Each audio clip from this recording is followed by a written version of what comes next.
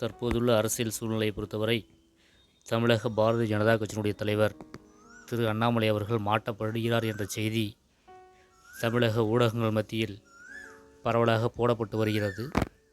அவ்வாறு தமிழக பாரதிய ஜனதா கட்சியினுடைய தலைவராக திரு அண்ணாமலை நீக்கினால் கட்சி தொண்டர்களுக்கு ஒரு அதிர்ச்சியாக இருக்கும். ஏனென்று சொன்னால் கடந்த 3 ஆண்டுகளாக மற்ற அனைத்து கட்சிகளுக்கும் சவால் விடும் வகையிலே அனைத்து அறிக்கைகளையும் தினந்தோறும் விட்டுக்கொண்டு தமிழக பாரதிய ஜனதா கட்சியை